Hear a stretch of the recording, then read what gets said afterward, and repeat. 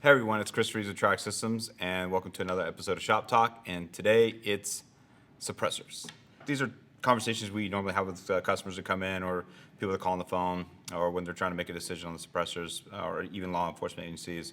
Try to always emphasize the give and take when it comes to a suppressor and the differences between the brands. And today we have several brands on the table, and these are just some that we commonly use at demos. So we just kind of pull out our demos and talk about them a little bit, show some rifles that have them on there, and we'll get started. Oh, one more thing. We're not going to do sound meter, all this stuff. Number one, we don't have the equipment. But number two, it's just every time I've been out there and we've done that, it's like people are just chasing decibels. And I can't tell the difference between 1 or 2 decibels here and there between the can. Now, I do know suppressors, some will have a different tone. They might be in the same decibel range, but they'll sound different. It's kind of explained, you got to experience it, but the tone's different. It's kind of hard to pick up on camera, but when you go out into the range or do a lot of demos and shoot different suppressors, you'll notice differences, even though the decibel rating be very similar, if not the same. Now, off the bat, there's some that could say, well, yeah, that's definitely louder, but some suppressors are going to be like that because there's a give and take with the way some of these are designed, and that's one thing you have to keep in mind because you're always fighting back pressure, and that's the one thing that is the big downside to running a suppressor. But we'll get into that. So real quick, what we have here, obviously we do run a lot of dead air. You've probably seen in previous videos or photos. These are some demo ones that we do run. Obviously some with or without the flash iron cap. On the shorter barrels, we definitely go with the flash iron cap. That's just what we've experienced through a lot of shooting and practicing as far as training, range demos. Different ammunitions too will give you a bigger flash than some. So we recommend having that end cap on there. And a lot of these cans too, they do participate in the aerial gunnery, so you can see they're a little bit worn, high use. And that's a proving ground that we typically do, is because during that 1 or 2 day event, we run these guns hard and they're just constantly cycling, getting ammunition thrown through them. And I think we expelled 15,000 rounds, and we were cycling, I think it was 8 to 10 rifles, and they all have these cans, so we're just constantly cycling. So they're getting a lot of wear. Also, Sandman K right here. It's another can we typically use a lot. Out of all the dead air line, this is personally my favorite. It's just it's a shorter can, sounds pretty good on it, and very, very durable. As you can see, we shoot a lot. We use this one a lot, especially on short barrels. And the other one we have in line is the Nomad. It's one of their, I think it came out last year, but it's a very quiet. You can tell the sound difference on this one. And 300 blackout. This is 7.6, and all these cans are 7.62 diameter or 30 cal. So also chemo mount. We'll go over that later. And yeah, but they're all great cans. And let's see. Next lineup that we typically use in demos is the Surefires. Very obviously military uses those, and a lot of law enforcement agencies use them too, who already had them and run them for a while. This is the SOCOM. This is an RC2 right here, and this one you can see it's got a lot of high wear, high use. And another one we use is the SB2 for shorter barrels, and we have 7.62 and good old, I think it's a Gen 2 Surefire 212 can, still kicking. It's just a great suppressor. Next one I have up is the Oss Suppressors. This is in their K configuration, short can. It's got a little melted sling on there, so it gets used quite a bit. And we have the K, we have the standard size 5.56 and the 7.62. And they make them, they do have a titanium series, and they have some other models out coming out soon, but for the most part, these are what they offer right now. And it's interesting lockup design with this, and we'll go over that here in a bit. So another thing I want to add about suppressors, and one thing that we tend to show the plus side of it. The plus side is also obviously reduced concussive blasts. So you don't get that overpressure, especially in confined spaces. So vehicle, inside houses, obviously the weapon's very loud. It can damage hearing instantly. So this contains that concussive blast and that sound to where it minimizes collateral damage or injury to the shooter or somebody else. As far as, because I know as time moves on and you've been in this type of work, as far as shooting a lot, training a lot, your hearing can degrade over time, and I can't hear stuff as good as I used to. But it's a thing, and one thing departments are starting to notice is starting to be more open-minded to suppressors and understand the value of it. And another thing too, is also identification. So if you hear a suppressed rifle shooting and those of the members of your team are running suppressed rifles, then odds are that's one of your team members shooting rather than somebody else. So I know stuff can get a little bit confusing and hectic in times like that, in times of stress. So that's just one thing. Another plus side is identification. So another pro to adding the suppressor is the recoil impulse. It dramatically changes it, so it's a lot different, obviously, without the cam. But different suppressors are going to change that impulse. Some will make it a little bit more abrupt and uncomfortable, but some will really smooth it out, and so it'll be quicker for follow-up shots. And the last thing will be reduced signature with night vision. That's another pro to having the suppressor. But keep in mind, ammunition is going to dictate that, because there's a lot of ammunition out there where the flash is horrendous.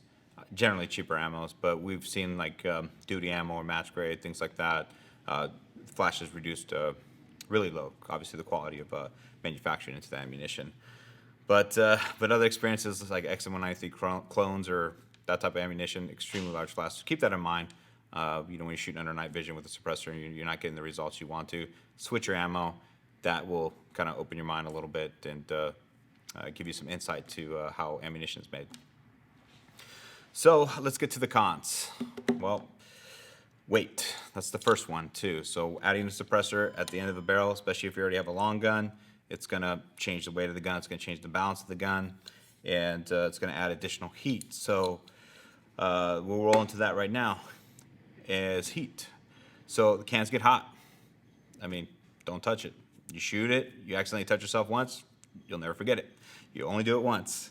You got to be careful. A lot of guys, we've seen it happen time and time again out in the range, plugging rounds, and no muzzle awareness or situational awareness of the suppressor being hot, and next thing you know, they melt their fancy Arc'teryx pants. So I'm sure some of y'all have seen that out in the range. Slings, we got melted sling residue on some of our cans, or you let a buddy borrow a rifle, shoots the can a bunch, and then throws it into your nylon weapon case, and it melts through that. So it happens. Some people recommend the covers. I see it as something that retains heat a little bit. I mean, it's good for precision rifles to keep down the mirage, but high intensity use, I understand. There's a value to it, but we generally don't run them. Another con would be the gas blowback. That's the biggest problem a lot of suppressor companies try to solve. It's the whole give and take of a suppressor.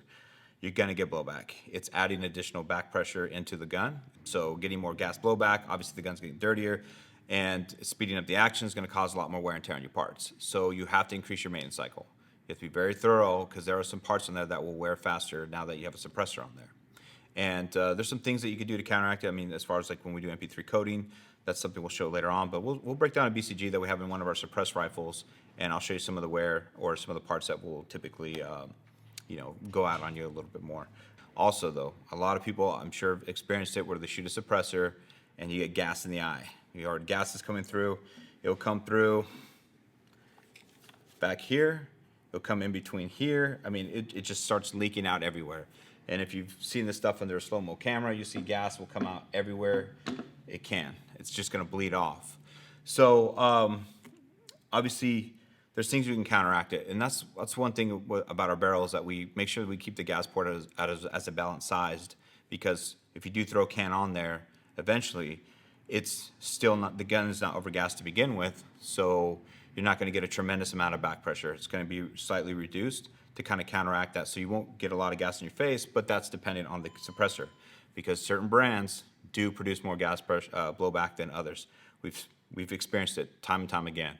Take one can off, use it, same exact rifle, same gas port size, and went significantly more gas in the face. So you got to do your research, you got to do your homework, and find out what can's right for you. But that's kind of one of the constant problems. So, and it can cloud your eye.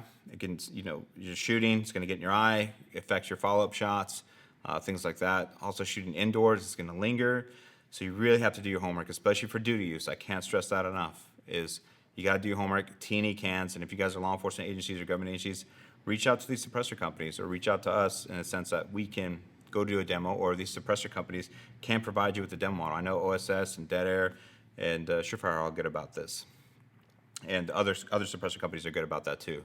But you never know until you ask. But you have to do your homework, because a lot of rifles out there on the market have a large gas port, and that's the size they chose to go with because they want the gun to run. But you throw on a suppressor, and then it just amplifies everything times 10. Back pressure, wear and tear on parts, it's very important. So I'll just keep that in mind when you're selecting a suppressor. Another thing to add on the gas blowback is obviously up in this area, as I mentioned before, gas bleed off. Some companies do make aftermarket charging handles to contain that, like a little bit of add a little lip to it on the top and bottom to kind of reduce that blowback. So it's something you can eliminate because of the certain can that you have produce a lot of back pressure. It's one thing to look into to kind of help reduce that gas getting thrown into your eye. And then one last thing we'll just touch on really quick is our suppressed barrels. So the reason why we do have the suppressed barrel is because the gas port diameter the size is reduced significantly. So the smaller port size means less pressure going back into the gun. They will not cycle without a suppressor. So that's why we say suppressed only barrels. And you got to keep in mind, some of these suppressors, like all these suppressors on the table, do an excellent job of reducing back pressure as much as they can. And they all have their own give and take. That's why we offer 3 different ones, because they all have their own give and take, and we like all 3 of these suppressors. But some do offer reduced back pressure, and some suppressors have such reduced back pressure that even in our suppressed only barrels, we have to change up the spring and buffer combo. So we notice it. It's very significant, and it gets very tricky in the sense of trying to keep up with all the suppressor companies. So our port size is a good fit, a good balance for the majority of suppressors on the market. And but as far as back pressure goes, like it's something you're always going to be fighting, and there's always a give and take. Just keep that in mind. There's no free lunch. Even if you get an adjustable gas block, you have to readjust it. Even if you get a switch block, that can seize. Like I said, there's always a give and take. So just keep that in mind when you're getting suppressors. So now we're going to get into caliber or diameter. Typically, your 5.56 designated can, 7.62 designated. But the best, a lot of suppressors out there only do 7.62 because you can shoot 5.56 through a 7.62 can. And a lot of suppressor companies, that's why they only make a 30 cal can. And some suppressors do both. They do a designated 5.56 and a 7.62. Now, a lot of people out there they just say, just get a 7.62 because you can shoot both, and I completely understand that. I don't blame you because you got to wait for so long to get a suppressor, and they cost money. So get one that can do multiple things. But I'd say the take with that, obviously with the 7.62 can, they have to be in a larger size. They can't get as small as some 5.56 cans without sacrificing something. And as you can see, they need to be larger can to accommodate the 7.62 cartridge. And 5.56 can get a little bit smaller, but the tone is different. They sound different in that sense because you're having a 5.56 projectile go through a larger diameter. So the sound's going to be extremely different from a 5.56 designated can to a 5.56 going through 7.62. And some of these companies that do that, they do a great job of making sure that it's quiet on both ends, or it sounds great on both ends. But there you go. Do your research and decide what you want to do. Typically, we do both. We run 5.56 designated can, and we run 7.62. And some of these suppressors here, such as Surefire, when you have a 5.56 and a 7.62, well, this can go on the 5.56 adapters. This will not. So they take precautions to make sure that you can't, because believe it or not, some companies do they'll make an end cap 7.62 can, but they'll make a 5.56 end cap. But some people will not pay attention, throw the can on there, and blow out the end cap. It's not going to kill the can, but you're just out of part. Alignment's very important. Once you install a suppressor, you got to use an alignment rod. Put the suppressor on there, put the alignment rod down there, and ensure that the thing is close to the center as possible. You do not want a baffle strike. These things take a long time to get, and you don't want to damage it and have to send it back to get repaired, or worse, it can't get repaired enough to where you have to get a whole new suppressor, and that's happened to some people. So keep that in mind. You're going to install can. I know some are plug and play. Take that extra precaution. These take such a long time to get, and you have to go through such a hassle to get that you want to make sure you get it right. And that's something we do for law enforcement agencies also. We've done it before in the past where we've sold suppressors or we install muzzle devices. We'll go down there, we'll install every single one, put an alignment rod, and we warranty all that stuff. So just keep that in mind. All right, next we're going to talk about muzzle devices and lockup. And these 3 branded suppressors all have something different. So OSS, this is the Helix QD556, and so they have an interesting lockup. So it's a thread locking design. Now, As you can see, I'm taking it off, but it's a reverse thread, so I'm actually turning it right to get it off. And it's very interesting because once you tighten it and you're shooting it, the gases from the muzzle device put counter tension onto it and keep the can tight. It's very interesting, and it has not failed us once. But we like it. It takes a little bit of pressure getting it off, but in the sense that we haven't had one get stuck or nothing like that. But very interesting. You can see through the back end. Obviously, the muzzle device, they have compensators and flash hiders. This is their flash hider. And then, as you can see, turning it left, tight, locks in, shoot it, you're good to go. So that's for the OSS. Next, we have the Surefire. This is the war comp, and when we turn right here, you can see there's a locking tab right there, under there. And what that does is, inside the can, you have a locking collar, which obviously can be tightened and loose. So once you have it loose all the way, there's a groove right here where that locking lug goes into, and you have the same rock solid position as you did last time. So you can see as I just slid it on, rotated it, you can hear it lock in, and then good to go.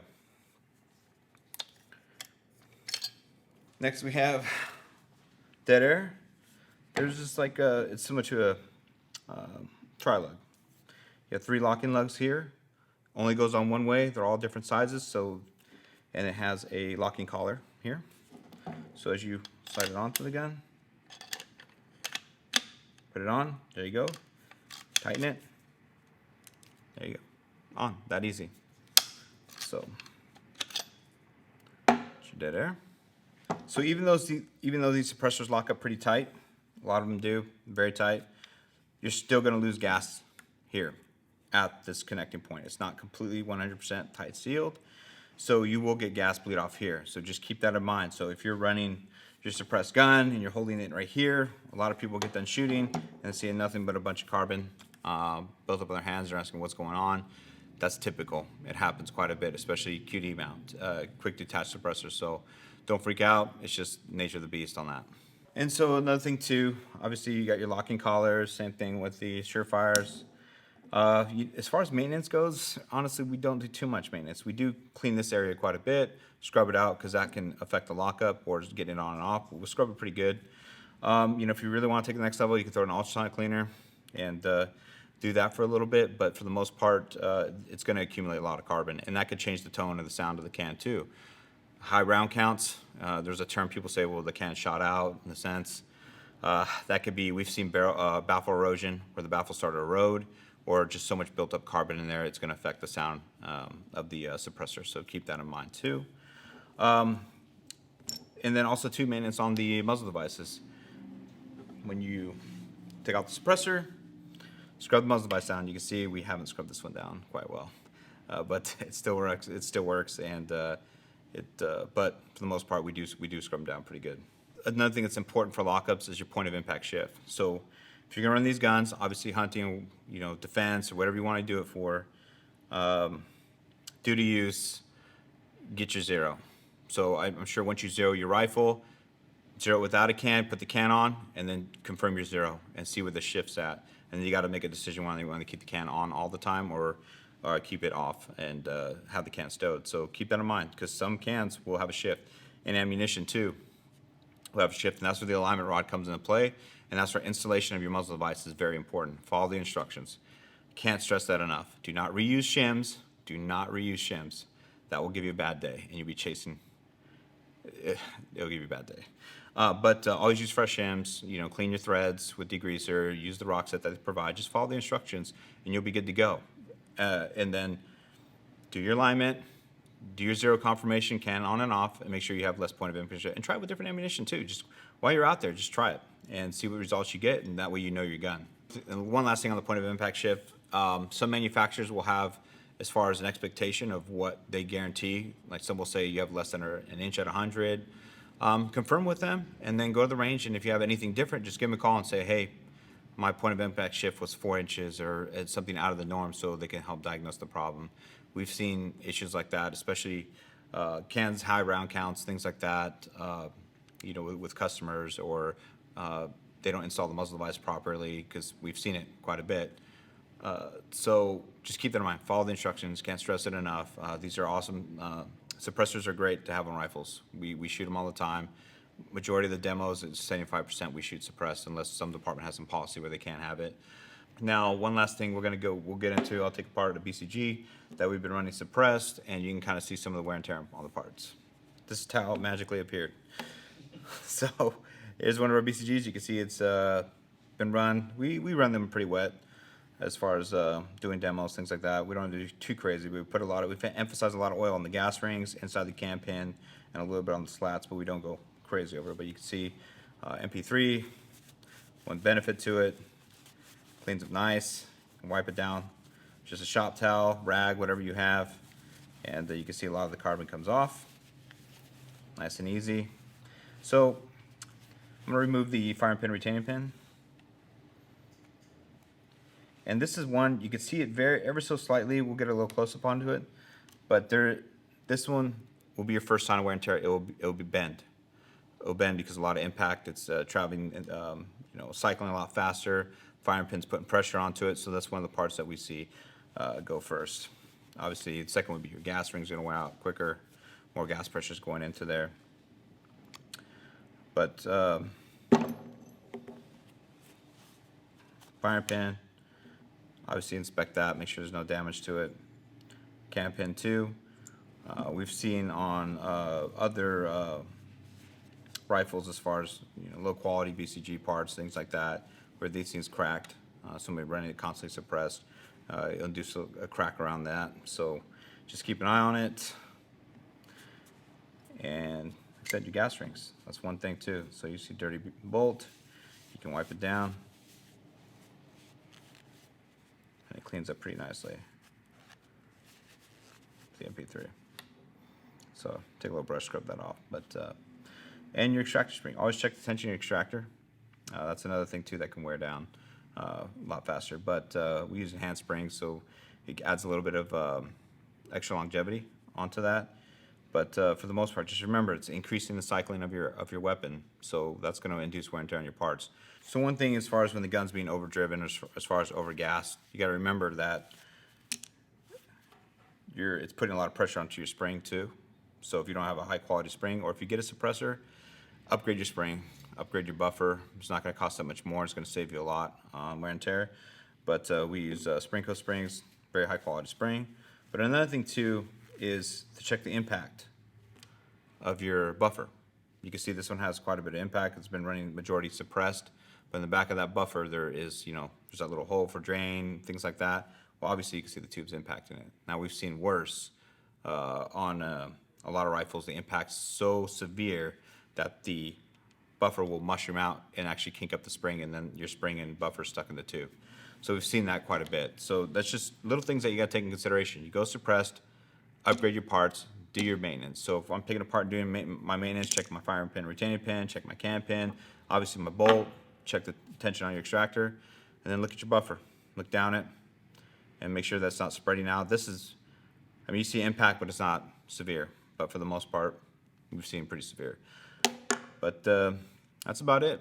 If you have any questions, just feel free, give us a call at the shop. You want to talk suppressors, come by the shop. You want to talk suppressors, shoot an email. Anything in the comments, you have anything in the comments we can answer really quick. If you want to know our preferences, I'm not going to say that yet. We all have our favorites. Hey, thanks for watching, and we have some more informational videos coming out. And until next time.